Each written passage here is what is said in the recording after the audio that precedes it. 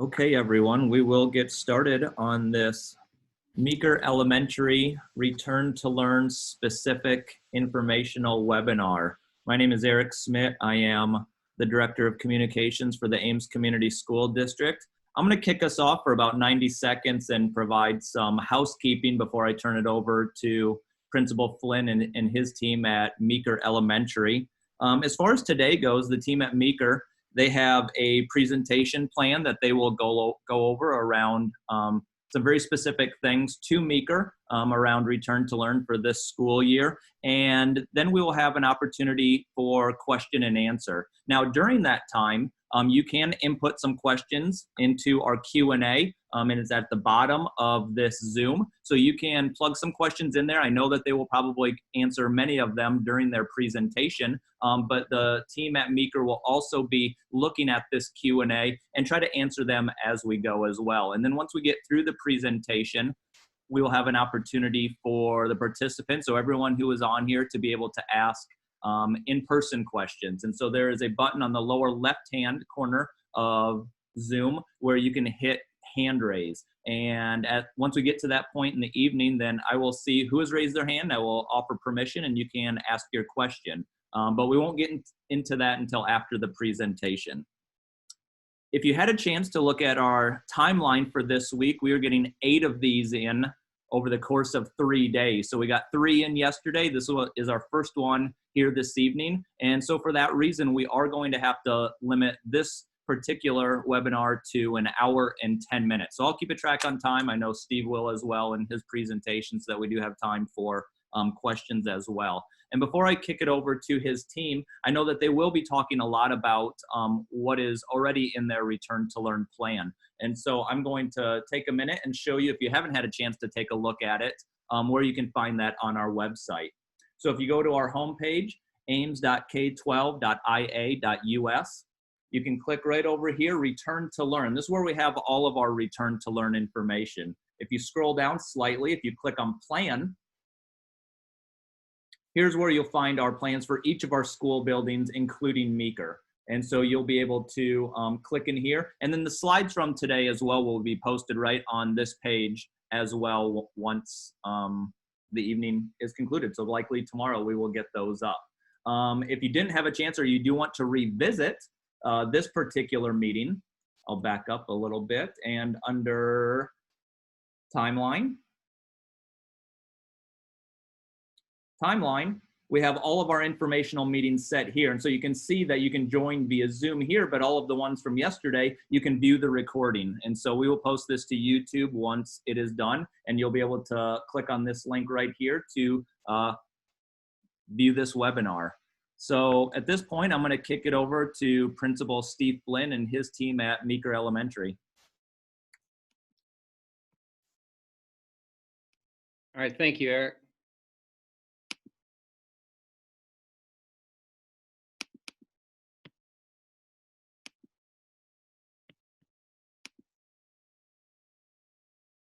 Alrighty, I'm Steve Flynn. I'm the principal at Meeker Elementary, and we have around 22 or 23 slides that we're going to be sharing with you today. And it is the information that was in our Meeker Return to Learn plan. There's a team of people that are involved, and I'm going to introduce them in just a minute, but we decided we thought it'd be kind of clunky if we're passing the mic around, so to speak, and all taking turns. So I'm primarily going to give the presentation, and then there are some people waiting in the wings to answer questions if need be. As Eric just said, we will be working the Q&A. If you want to write your questions as we're going, there will be people there answering those, and then we will have a verbal Q&A at the end of it all. So the Return to Learn, in case you don't know, there were 150 some district-wide team members that worked on this plan to come up with the district plan. And then from that, Meeker took it and said, okay, we had about 15 on our team that said, what does that mean to us as we Meekerize it and figure out how to implement it at our level? And then we have 5 people here today. Clarice Eggert is a 2nd grade teacher. Carrie Deal is our counselor. Sarah Thompson, our nurse. And Karen Klotzbach's our instructional coach. And I'm the principal. And we're going to be taking you through the presentation today. So the first slide here is just our agenda for the day. We are going to talk about the options that you have, the 100% online and the hybrid option. We're going to talk a little bit about protocols and routines. There's a video towards the end to kind of show you on site what it looks like, so it's not just words, but you can see it a little bit, and then we'll do the Q&A at the end. I'm going to try not to read every slide to you. I'm going to try to catch the highlights, and knowing that this will all be posted and you can go back and refer to it if you missed something on a certain slide. So the 100% online plan, which I've seen referred to as the remote learning campus, the deadline to choose that is this Friday, August 21st. And if your student is going to be 100% online, they will be taught by an Ames educator, and there'll be a mix of live and recorded, or you've heard a lot the words synchronous and asynchronous. So there will be times when all the kids would log on at the same time, maybe for a morning meeting. That would be synchronous or live. And then there might be other times when there are lessons that they could access, different kids would access them at different times, and that would be recorded or asynchronous. And the teacher at home, or the teacher for the kids that are 100% online at home, would be coordinating with the teachers that are here on campus as well to try to stay aligned as much as we possibly can. This is just a sample. This isn't the schedule that your student would have necessarily if they're 100% online, but it just to give you an idea of how a day could look. So I'm going to call those purple. I don't know if that's purple, but like from 9 to 9:20, the virtual morning meeting, those are times when everybody would log on at the same time, and they would log on for a meeting or for some instruction. And then the times that are white would be more individual practice times. Maybe the teacher is contacting a kid or small groups of kids to do some interventions or some practice. But you can see that it's a mix of instruction and practice. It's a mix of we're all going to come together, and now we're all going to go separately and practice things for a while. So again, not the schedule, but an example of what a 100% online schedule could look like. For those that are going to be choosing the hybrid model, as you know, we're going to do a phased in approach. So this is what it would look like for September. The very first day, we don't have school on that Monday because of Labor Day, but you can see the groups of 1s and 2s, 3s and 4s.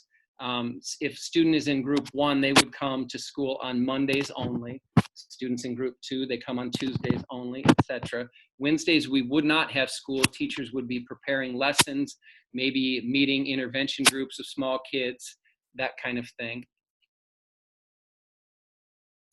And I guess I should say that schedule is to run, we think will be a 4-week schedule to run just for September. So 1 out of 4 days. And then in October, we hope to implement this schedule where it's the original hybrid that we were proposed, and this does meet the state mandated requirements. And the shades of blue from the previous slide are joined, and the shades of green are joined, so that students come 3 days 1 week and 2 days the next week in an A-B fashion, or combining the 1s and the 2s. And we would start this in October and go from there. So this is an example of off-site learning during the hybrid. So my student, let's say, goes to school, their day is on Monday that they go to school, but it's Tuesday. So my student is at home, they're not there. This is just a sample. Again, I'm not saying this is the absolute schedule. This is an example of what it could look like. And these are just suggested times. The priority is to be flexible. Families could do what works for them, and this is recorded, so asynchronous. One family might be doing this in the morning while another family ends up doing it in the afternoon or the evening. But around 15 minutes for phonics and word study, around 15 minutes of a video, teaching a reading lesson, and practice, and so on. The thing that's similar between all schedules, where students are 100% here, or part here, or 100% at home, there's always going to be some direct instruction, and there's always going to be some independent practice and feedback in any schedule that we have. But this is a sample. So when students are on campus, we had to come up with all the safety protocols, and we had some guiding principles that we followed, and these are what they were. Students remain in cohort groups. And what we mean by cohort is that students, we want them to be with their classmates in their homeroom as much as possible. So Mrs. Eggert is a teacher on the panel. I'll use her as the example. Students in Mrs. Eggert are going to be with other kids in Mrs. Eggert's class, and that's it. We don't want them to be with other second graders or other kids in any other grade. We want them to stay just with Mrs. Eggert's class as much as we can possibly control it, starting even with the bus, and we'll talk more about that later. So the cohort influences a lot of the decisions that we made throughout, and you'll see that theme in our presentation and in our plan. Students and staff must wear a face covering at all times within the building, and we must remain socially distanced at 6 feet or more. So just general protocols, we'd like you to screen before you send your students. We have 2 different nursing stations now. If you're familiar with Meeker, we have a nurse's office that's in the main office that will be more of a COVID symptoms office. So if somebody came in with a fever, we would have them go to that office. And we've converted our conference room, which is down the hallways, to be just a general nurse's office if someone comes in for medications or scrapes or something like that. We'll have hand sanitizer throughout the building and water bottle filling stations as well. There's signage on the floor, and I'll take you through a lot of this stuff in a video that we're going to show in a little bit. We will hold meetings virtually too. We're not going to have any in-person in the building meetings.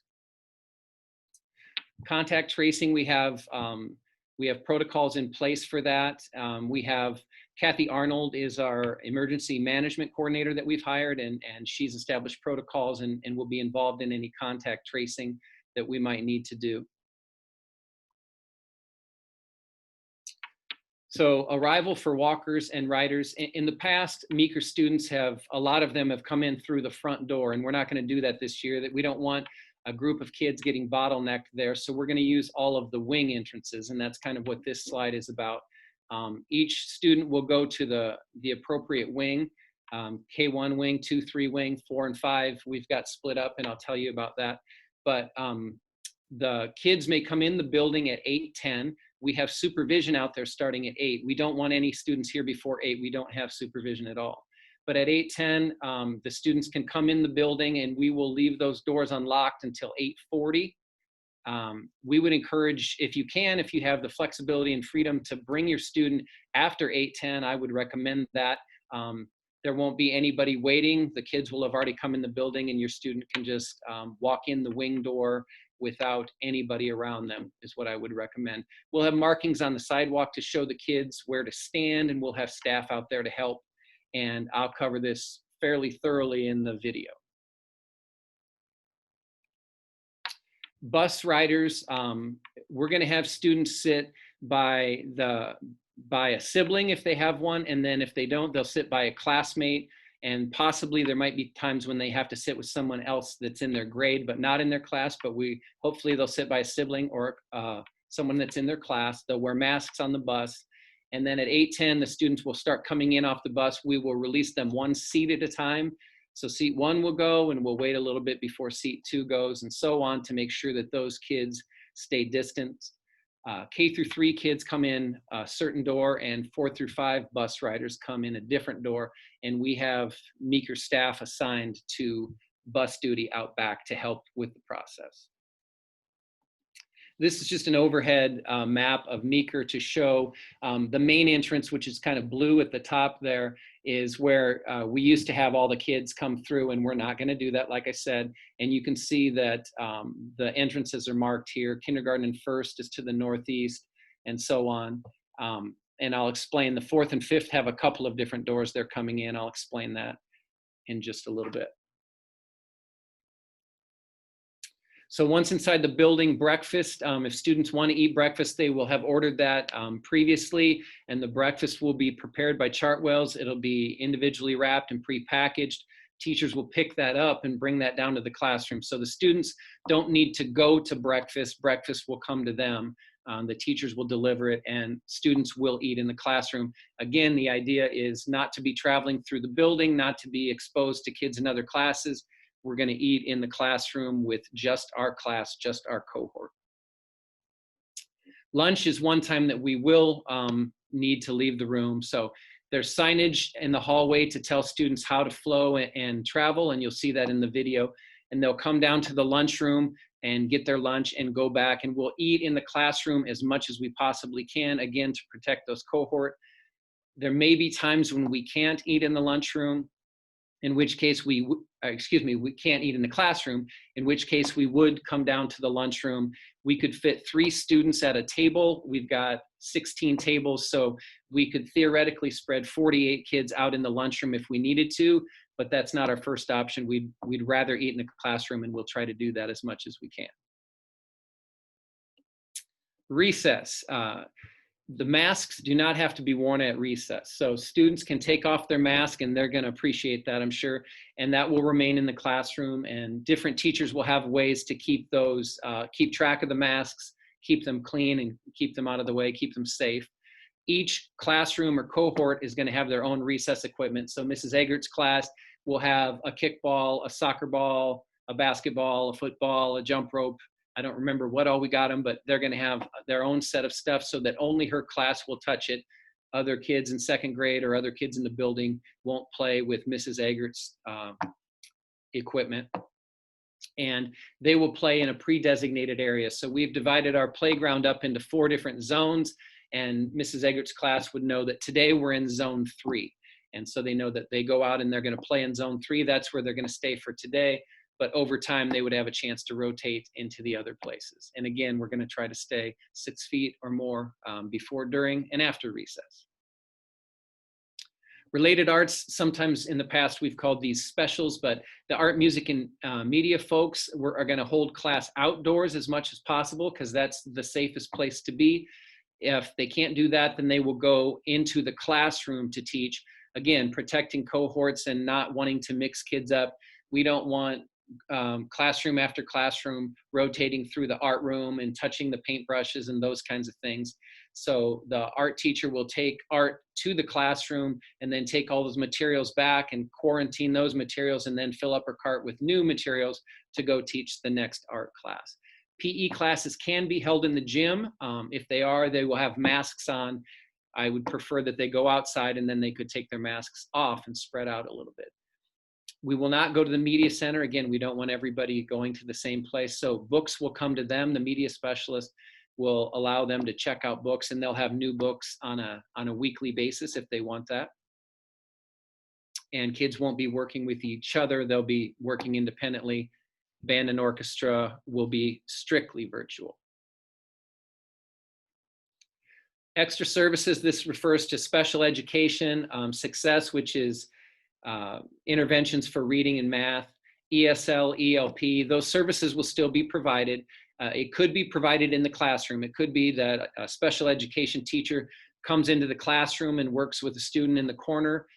It could be that they pull that student out and go to the special ed room. If so, that student would have a special desk in that room. So if I got Tommy out of the room and I take him down to the special ed room, he's got a special desk that only he sits at.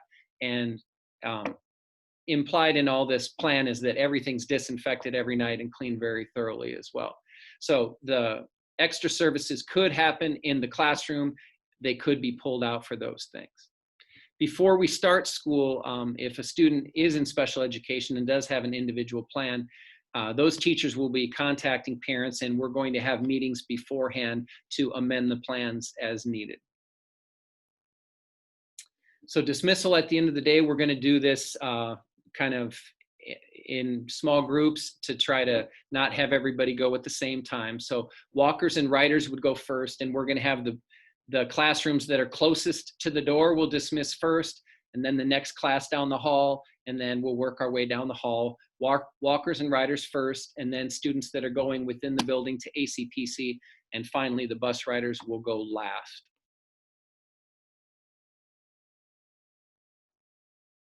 So we're going to show you a video now. We're going to walk around the building a little bit and show you the entryways that we're talking about, and talk about the dots that'll be on the ground and the signs that'll be out and that kind of stuff, what arrival and dismissal will look like, safety outside the building and inside. And then we're going to go into Mrs. Eggert's classroom, and she's going to talk a little bit about how she's got things set up and the things that she's been thinking about. And just to be clear on that, that's her take on things. Each teacher might do things a little bit differently, but teachers have been talking and planning, and they will have plans in place for that. So here's the video.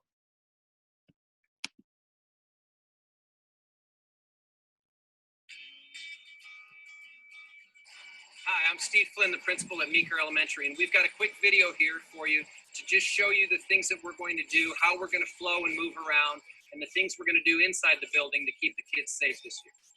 So let's start with arrival. Parents are still going to drive around the loop like they did before and drop kids off curbside.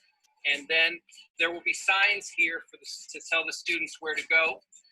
We're going to have like realtor type signs that you push in the ground that are professionally made, but this just shows what they'll say. The K1 entrance will be off that way. We'll have a sign here for that. There'll be a sign that says the second and third graders will enter over there as well. And there will be a sign that says fourth and fifth graders go around the building this way to enter. For students arriving after 8:40, they will not be able to go in the wing doors because those doors will be locked. They'll have to come up to the front door to be buzzed in by our secretary.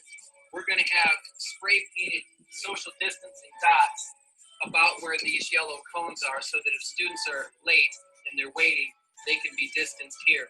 We have dots inside as well.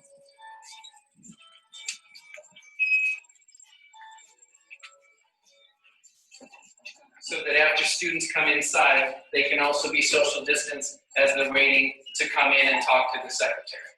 So let's go see what it looks like at the wing doors. We'll start down here with K1, 2, and 3.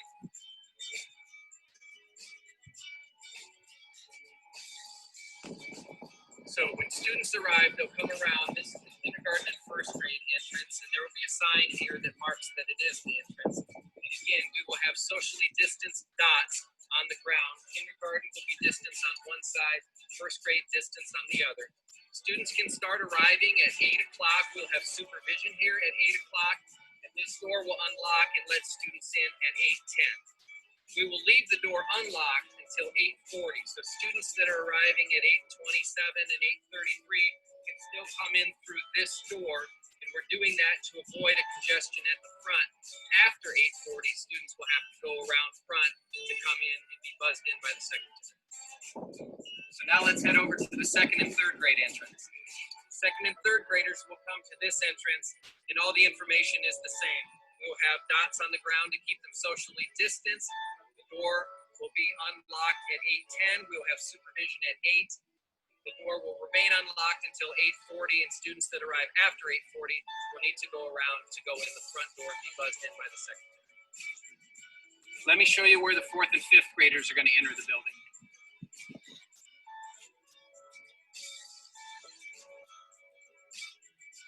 This is one of the fourth and fifth grade entrances. So students in fifth grade Manna and Fravel will come line up here, and fourth grade students in Mongar and Murdoch's class will come line up here. Again, we have the socially distancing dots that we'll have on the ground. The doors will be unlocked between 8:10, and they'll stay unlocked until 8:40. And if students get here after 8:40, they'll need to go to the front of the building to be let in.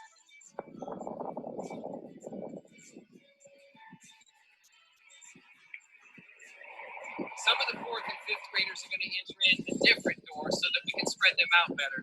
So fifth grade students in Benoit's class and Mafia's class, and fourth grade students in Litweiler's class are going to line up over here behind the building. So fifth grade students in Mrs. Benoit's class and Ms. Mafia's class will line up out here, and fourth grade students in Ms. Litweiler's class will also line up here. Again, social distancing dots. Again, the door will unlock at 8:10.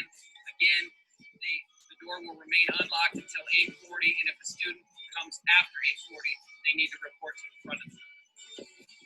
Now we're at the bus lane. This is not for cars. This is only for buses to come back here. So the buses will go down there and turn around, and they'll drop the kids off here. Students in kindergarten, first, second, and third grade will be dropped off here at 8:10. Students will ride the bus. They'll ride next to siblings, maybe. If there's no sibling, they'll ride next to a classmate with the same teacher. And if they don't have a classmate with the same teacher, they'll ride with someone in their grade. They're going to be released from the bus at 8:10, one seat at a time. So the first seat will be released. they'll let them distance, and the second seat will be released, and so on. And this is the door where students in K1, 2, and 3 that rode the bus, they'll enter through this door. 4th and 5th grade students that ride the bus will be released at 8:10. They will walk in this door. So now we're inside the building, and we're going to have signage up for the kids and families and teachers to keep us safe. We're going to let them know that masks are required. If they're not feeling well, that they need to go tell a staff member or go see the nurse. And that we are going to be social distancing throughout the building. We also have hand washing signs spread out throughout the building. We're not going to use water fountains this year, so each student is going to have their own water bottle. And we're going to have water filling stations like this spread out throughout the building. We're also going to have automatic hand sanitizer dispensers like this spread out in each classroom and throughout the building.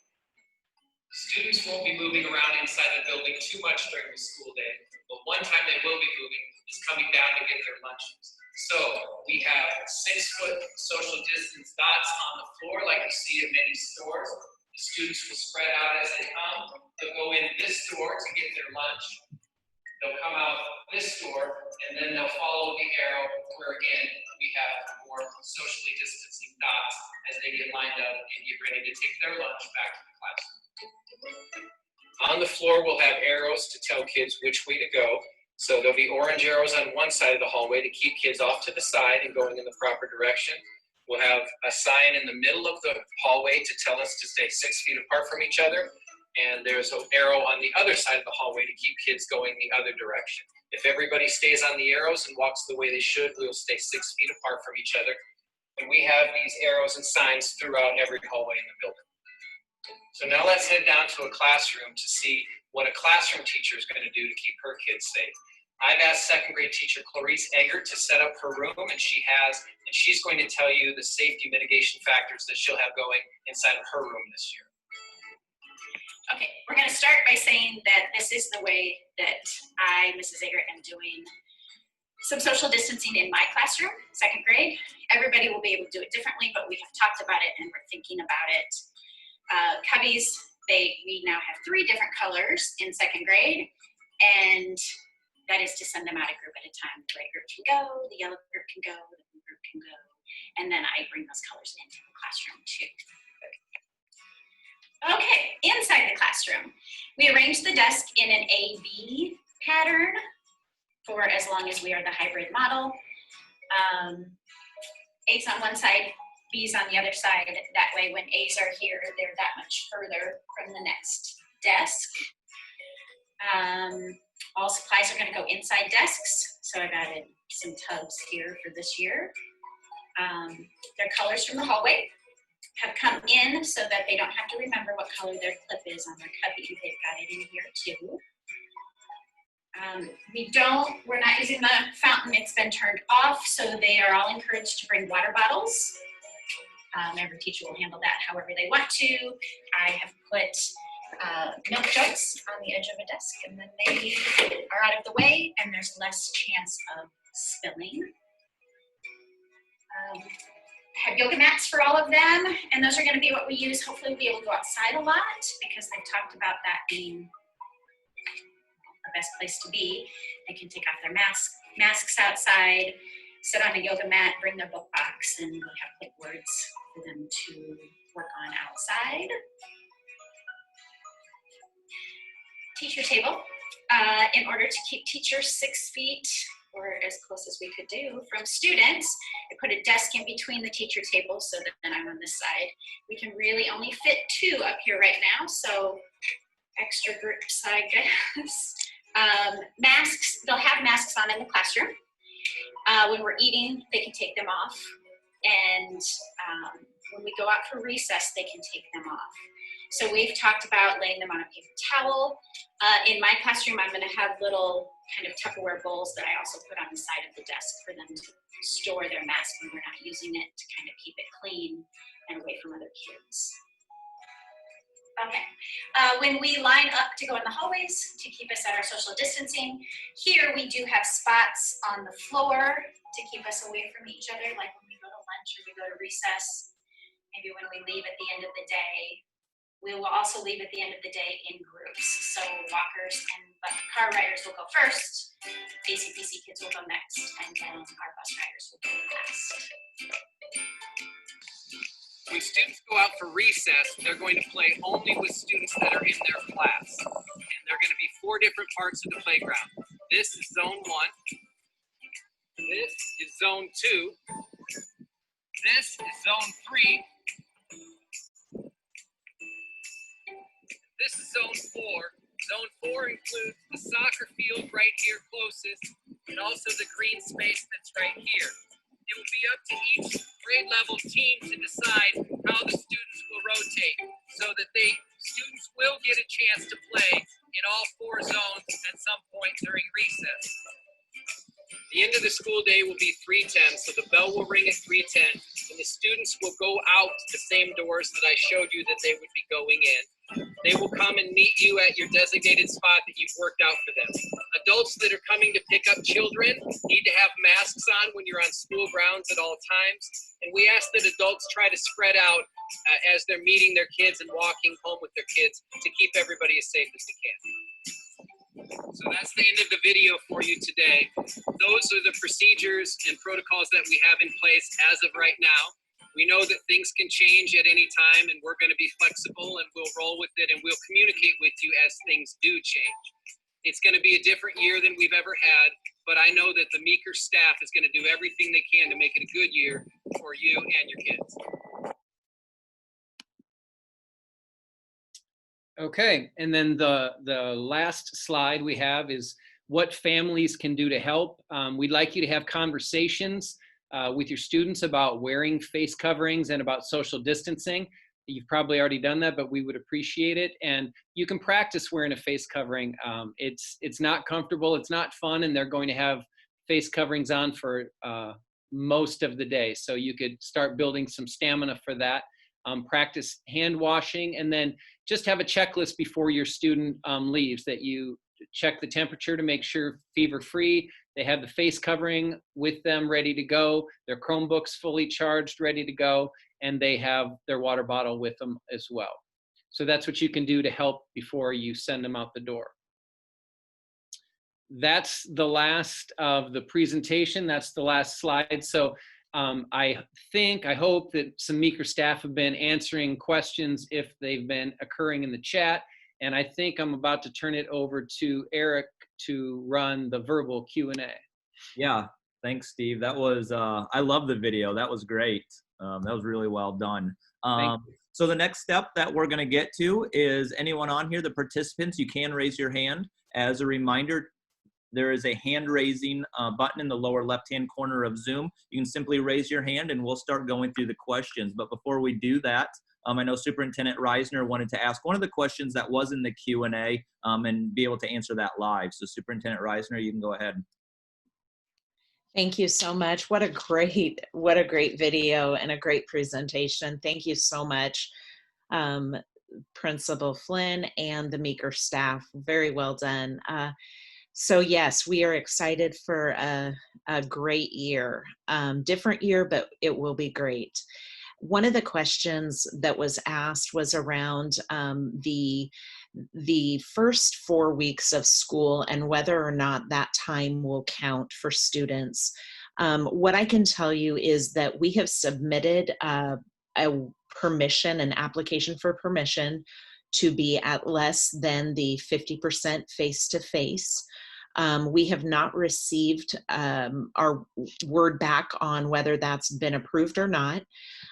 So if that was not to be approved, we as a district would be looking at what other ways we could make up those hours. It's not necessarily so much the days as it is just making up those hours. I've heard the rumor that, we'll go to school till July 6th or something, and that won't be the case. We are talking with the union, who has offered some different options for making up the time, which would be some different conferencing strategies. There are a couple days throughout the year that are used for teacher staff development, that we would, rather than have staff development, we would have in-person class. And so we have some strategies that we could use to make up that time throughout the year. But I wanted to be sure and address that because I know it is on your mind, and the question about, will my child be able to progress to the next grade? Absolutely. And we will, we're still working with the state and the Department of Ed to ensure that we meet the requirement. But in the event that we are not able to get that permission granted, please know that we do have some strategies to make that time up. That includes not extending the school year. Great, thanks, Superintendent Reisner. So I do see one hand raised. It went away, but I did also see in the Q&A that Karen, you were going to answer some of the questions in the Q&A live. Did you want to take on one or two of those, and we'll see if there are more that do raise their hand. I see one hand raised, but Karen, I'll let you go ahead first. Okay, yeah, I'd be happy to do that. Hi, I'm Karen Klotzbach. I'm the instructional coach at Meeker, and there were lots of good questions. I'll attempt a few of them, Eric, and then there might be some that someone's going to have to fill in some of the blanks. But there were some questions about, which is one that I'll need some support in terms of filling in the blanks, around when parents will be notified about class placement and teacher placement. I know that the deadline for 100% online registration is Friday, and so there's going to be a lot of behind the scenes work happening next week around placement, but I don't know if there's a specific process in place for that or a specific date. So if there's someone on the panel, I'd be happy to turn that to someone else.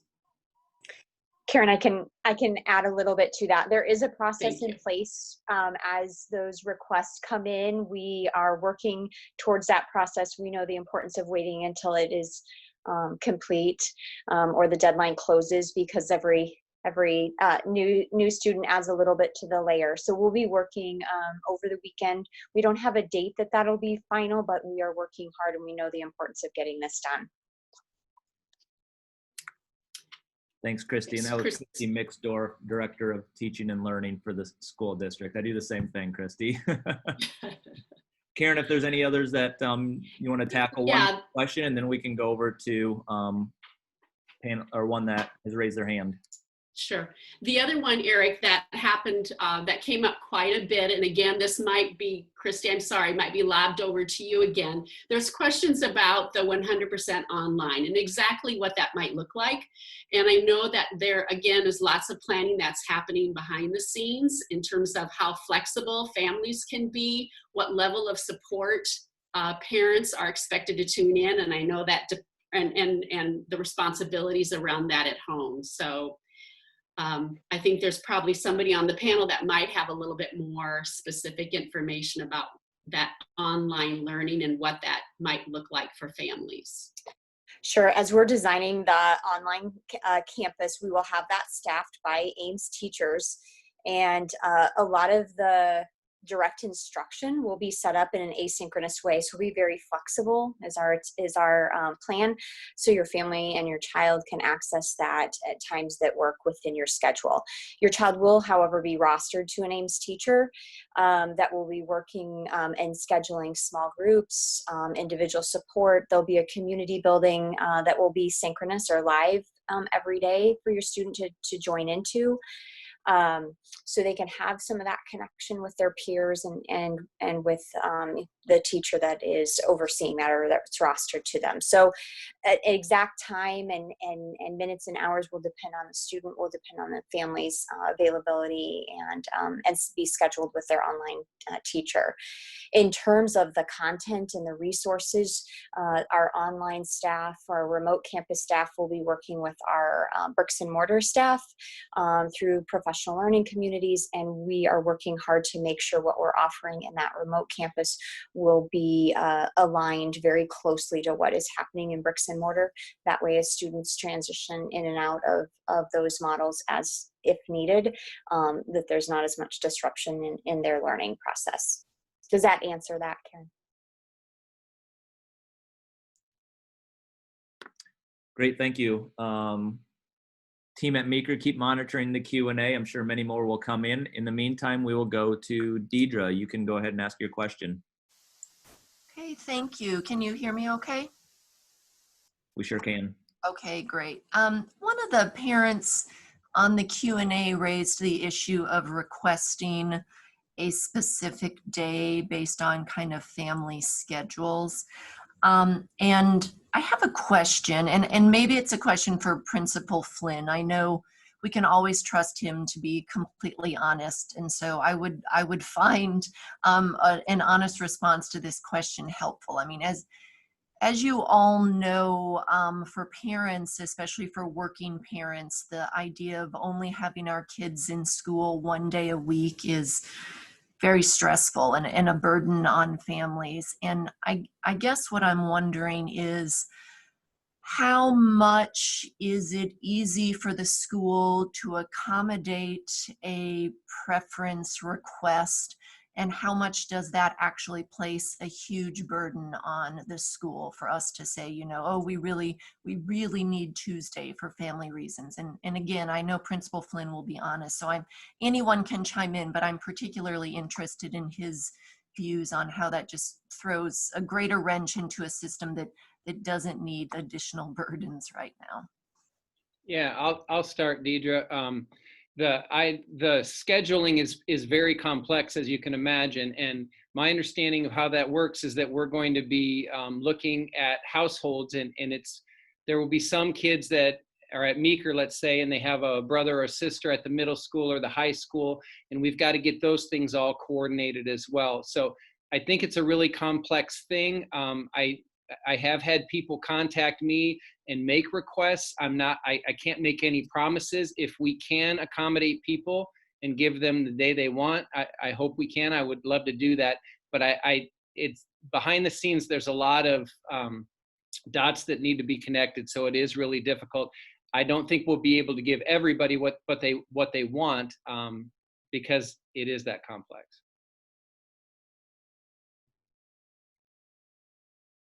And I'll just hop in super quickly.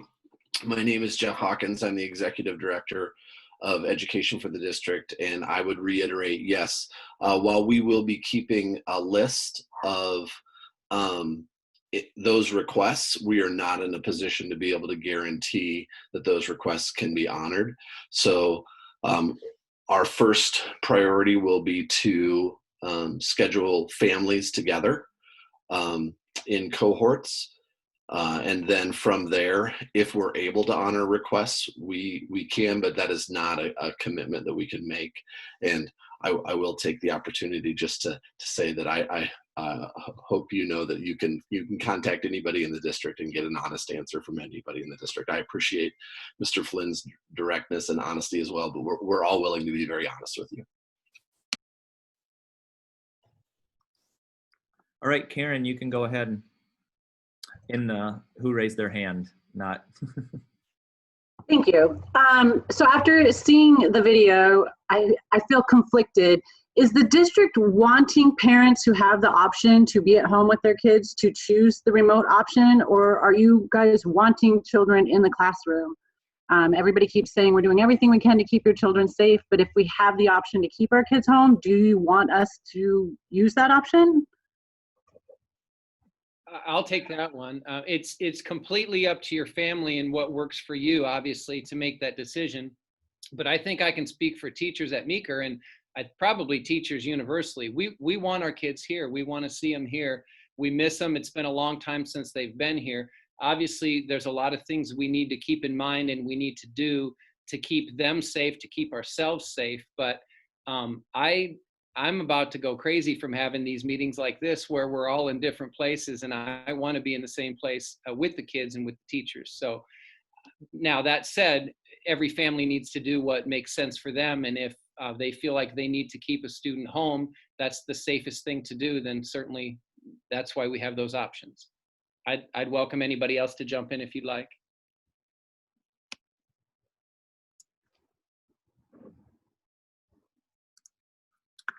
All right, I'm going to ask a question from the chat, or from the Q&A, excuse me, because I know that we have talked about this as a district. It's not something that's unique just to Meeker, but will Meeker teachers be providing online instruction for Meeker students, or will teachers be assigned across the district or across buildings? And I know it's not one simple answer. Christy, I'll point that one to you. Okay, we're working on the staffing. We will not be able to guarantee that if your student goes to Meeker and you're choosing the remote campus, that they will have a Meeker teacher. We're looking at ways to roster students with teachers that they know, but we can't guarantee that through the numbers. All right, Melinda, you can go ahead and ask your question. Yes. So I understand, kids being kids, it's going to be very hard for them to keep their masks on, to wear it most of the day. What guidance are you providing to the students to try and help them? And then, as the school year progresses, there are probably going to be some students who just absolutely refuse. I don't want to wear this anymore. How do you handle like the I don't know, discipline of that? Are you working with parents to reinforce the, needing to have the mask? Like, I guess, what is the plan to help students understand and use these masks in a proper manner? And in addition, is there any disciplinary action that the district is going to take if it becomes apparent that that student is belligerent and doesn't want to wear it anymore? There were a lot of parts to that question. I'll try to answer it. One part of the question that you asked had to do, I think, with what I'll call mask stamina, which I think we all probably need to build up a little bit. The teachers have freedom to go outside. Like you saw Mrs. Agert said, she's going to have yoga mats and take the kids outside maybe for reading or something like that. They'll have recess as well. So we will get them outside and give them a break. And if I were a teacher and I could see that my kids were really struggling, or I myself maybe was struggling, I would just say, okay, we're going to take a walk outside. We're going to take a mask break and go do that. So that's built in. They have the freedom to do that. Teachers at the beginning of every school year teach all kinds of routines. They're great at that. Routines for how we're going to sharpen our pencils and how we're going to line up and those things. And they'll have to work in all these safety protocols that we just talked about. They're going to have to work those into their first 6 weeks routines, is what I guess I like to call them. As far as discipline with a student, I think there's a difference between a student that's struggling with a mask, that it itches his ears and it makes him sneeze, and he says he can't breathe and he's getting sweaty or something. He's trying to keep it on, but it's a struggle, and he's not used to it yet. I think that's different than somebody who blatantly takes it off and says, I'm not going to wear it and you can't make me. So I would handle those things differently, and I would contact the parents probably if a student is being, I think you used the word belligerent. If a student is saying, I'm not going to wear it, I would contact the parent. We would have a conversation and we would try to work something out. And I think we could hopefully come to some agreement. At the end of the day, if a student's not going to have a mask on, then, and they're refusing and they never will put it on, then coming to school every day here is not going to be an option, because we have to have masks to keep kids and adults safe. In addition to that, how are you handling the students that, there's like a medical issue and they cannot wear a mask?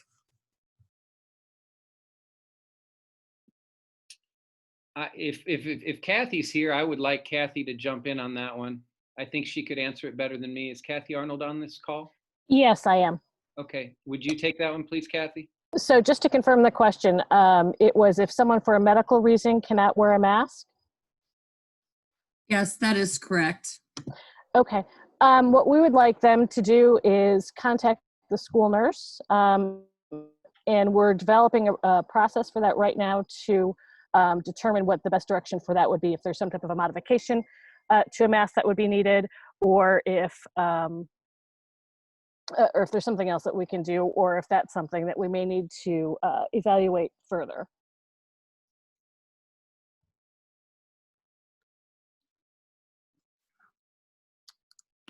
All right, great. We have another hand raised. Goplin. Yes, I'm not sure if you can hear me. Okay, great. I heard an answer to the question that if your student is 100% online, that they, my students at Meeker, and if they're 100% online, that they may not be rostered with a Meeker teacher for their online teaching, for the online courses. My question is, are they going to be assigned to a Meeker teacher at the beginning of the year? Because if they transition into the classroom at some point, for example, my daughter's in first grade, I'd love to be able to start the year by saying, this is the class that you will be in if you get to go back to school, or when you get to go back to school, this will be your teacher, just to give her some consistency and get to know the students in that class. So will they have an assigned teacher on campus, even if that is not the teacher that is necessarily doing their online learning portions? I'm not sure if that question makes sense or not. It does. They would not necessarily have a rostered teacher at Meeker that you would know. So they wouldn't get a teacher at Meeker. Here's their first grade teacher, and then here's their remote campus teacher. But if you were to start remote and transition back into Meeker, then they would slide back into the classroom at Meeker and be registered or rostered with a classroom teacher on campus. Does that make sense? Yeah, that absolutely does. And then Okay. With what Mr. Flynn was saying earlier, is that if that virtual teacher, who I'm assuming is a real person, not a virtual teacher, but the teacher who's doing the virtual learning part, if they are working with kids from across all of the elementary schools, how can they follow the progress of the classroom teacher? How will my daughter know when she transitions, or if she transitions back into the classroom, that she will have covered the same material as the other students in first grade at Meeker, if the teacher who is teaching her virtually also has students from first grade at Fellows or first grade at Sawyer or whatever? I feel like you're in some of our meetings. We are talking about some of these same logistics. We are looking at partnering schools, so it wouldn't we are hoping that it wouldn't necessarily be students from all across the district, but we would have schools that are partnering together.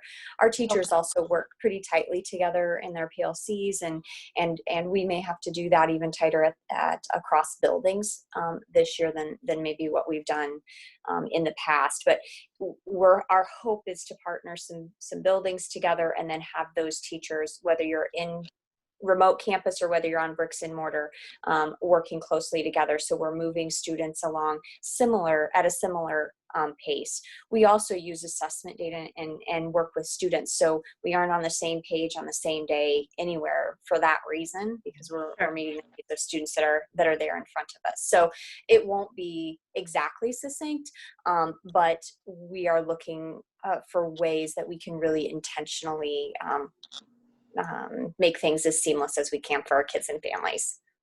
Okay, great. Thank you so much. Yep, you're welcome. And thank you again just for all of your work. I know this has been a huge undertaking, so I just want to thank everybody on this call and everybody on the school board and in administration in general for all the work that you've been doing. It's a huge, huge logistical nightmare. So thank you so much. Anyone else who does have a question, we do encourage you to raise your hand. We do have about 15 minutes left for this meeting. So if you do have a question, now would be the time to raise your hand. I'll move over to a couple that are in the Q&A. Steve, I'll kick this one over to you. It's talking about sheltering in the school, you know, doing tornado drills and fire drills and what that looks like during this time. Yeah, we've talked about that. I can't say that we arrived at a final answer just yet, but an idea that we had was we could do that one class at a time if we had to, rather than, you know, pulling the fire alarm and having the whole school do it. That one teacher could take, let's say there are 5 or 6 students in her room that day, that she could take them to their tornado location and practice and talk to them about it, and they would be the only ones moving in the hall. So we can do that if we need to do it. I don't know that that's final answer written in our plan, but that is a conversation that we've had. Sure, and I do have another one for you in our Q&A, and I think you touched on it in your presentation, but what is expected of students for when they're doing school at home, but they're not in the 100% online? So it's really like their off day or their home day in our hybrid model. Yeah, they're going to be receiving the same lessons as the kids that are on campus that day. So during a 5-day week, let's use writing as an example. Students will experience 5, and not that teachers teach a different writing lesson every day because they tend to build on one, but let's pretend that they teach a different writing lesson every day.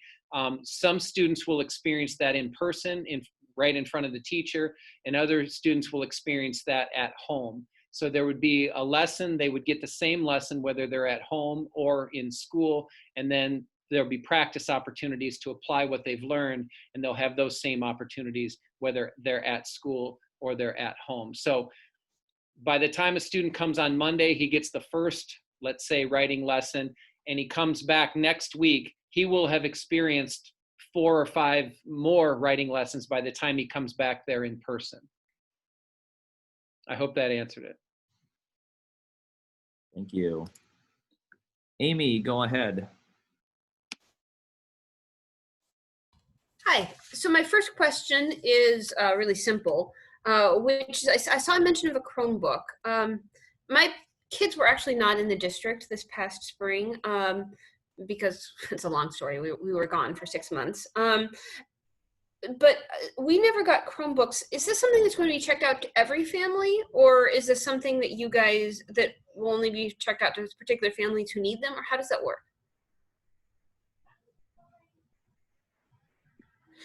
Every student will have a device. Oh, okay. And then my second question is, okay, so I was going to ask what is expected at home. So it sounds like the kids is the idea that the kids will be going through a school day that's sort of like the school day, so the parent will sit with the child and they'll play, so there will be a YouTube video or whatever it is, like Google video uploaded to Google Classroom, and Mrs. Eggert, to use an example, Mrs. Eggert is, we see a video of Mrs. Eggert teaching the writing lesson, and then my children and I do the writing lesson together, and then we get a math lesson, and the children and I do the math lesson together. Is that the idea? And if so, how is Mrs. Eggert recording all of the videos and also teaching? That's a good question. I showed sample schedules earlier in the presentation, and one of the points I want to make is that in any, whether we're 100% at school, 100% at home, or somewhere in between, students are going to have direct instruction. So those are the lessons that we're talking about. Mm-hmm. In this case, maybe a video lesson. And then there will be practice opportunities as well with feedback.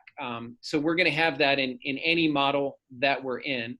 At the elementary level, we do have some support for teachers, which is much appreciated, that the reading units of study, writing units of study, Envision math, and I think we're looking into something for foundations as well, that we have some videos that we can use by experts that will teach the reading and writing and math, or help us teach that, and kids can watch those videos. Okay, thank you. And I guess one thing to add too is we don't have school on Wednesday for the first month, and that will give teachers an opportunity to maybe call some families and check on them, maybe do some small group interventions. but a big part of that will be organizing their lessons for the following week and getting their Seesaw or Google Classroom organized so that it's ready for you. Steve, there's a couple questions in the Q&A about band and orchestra. Can you kind of cover some of those again and what that looks like? Band and orchestra are completely virtual, so students won't be bringing their instruments here. They won't be going to a lesson or meeting as a large band or anything. That's going to be completely virtual. Okay, thank you. Amy, you can go ahead and ask your question.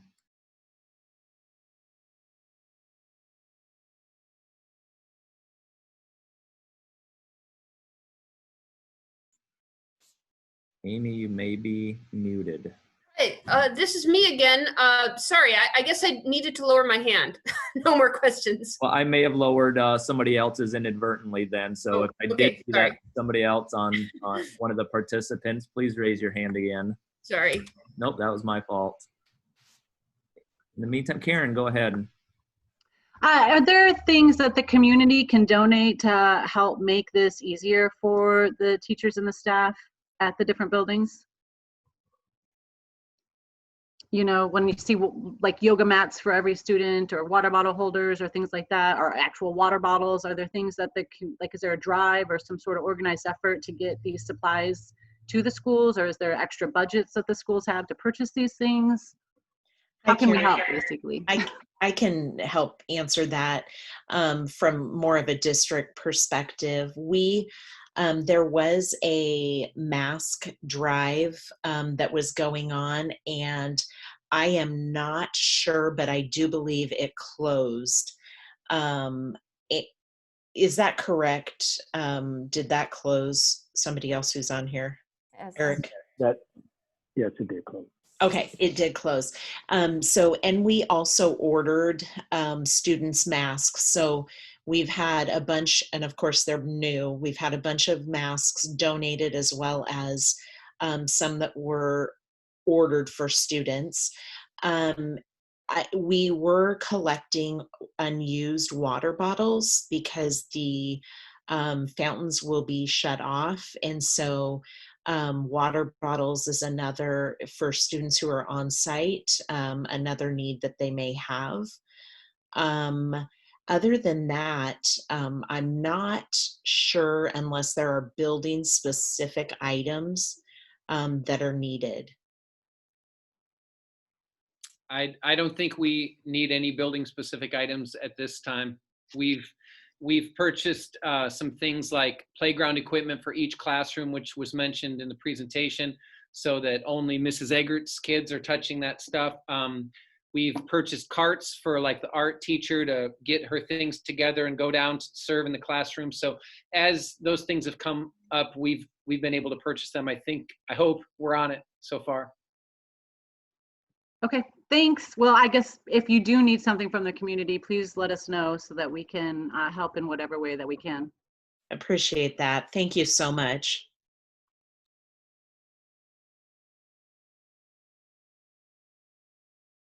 So right now we do have about 6 minutes left. If anyone does have a question and wants to raise their hand, we encourage you to do so. One of the questions in the Q&A, and this is something that we are continuing to work on, is if one of our children has a class shut down for a possible exposure, do we also keep their siblings home as well? And we do know that this is a common question. I talked with Kathy today. I know we're working on an FAQ around some of those specific questions, but Kathy, do you have anything to add to that right now?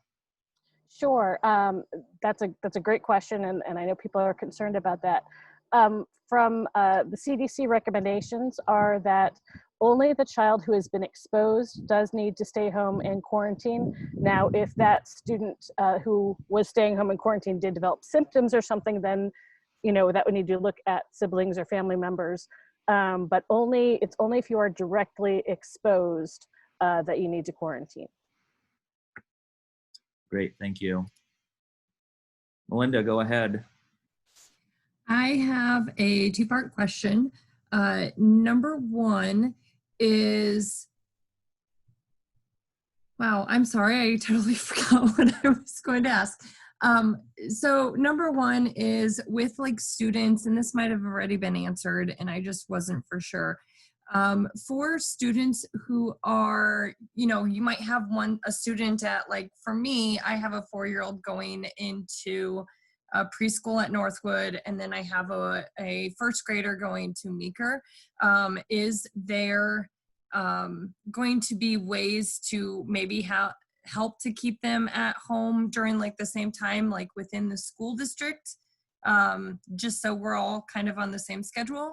And then the other question I have, with all these questions that have been asked today, is there going to be like a Q&A that we can all refer to, like on the websites,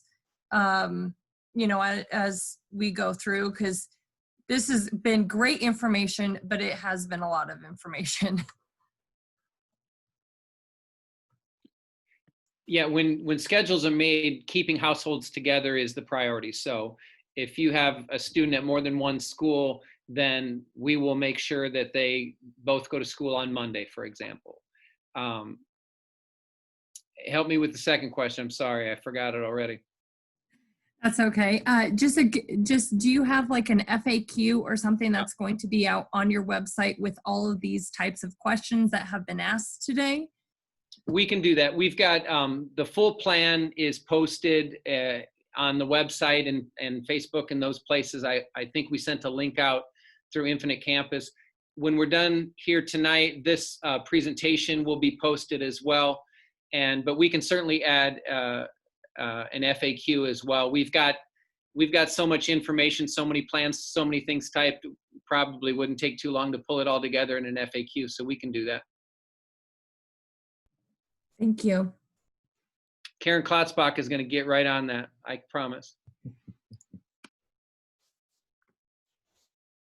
Steve, and this might be the final question for the evening, but can you talk real quickly about what that week before school looks like as well? You may have touched on it already, and so I apologize, but a couple questions did come in. If you could just comment about that a little bit. Yeah, we didn't touch on it, Eric, so I'm glad you brought it up.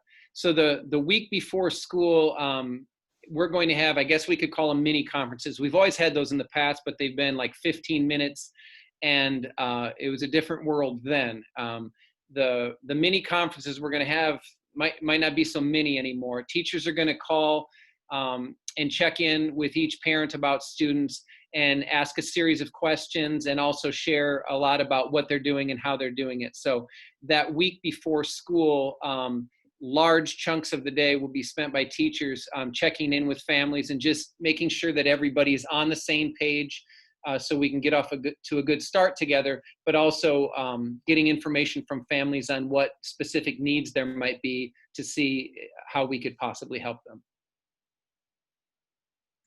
Yeah, thank you so much for that. With this being a different school year than any other, that week is going to be a really important week for both parents, students, and teachers to establish that connection.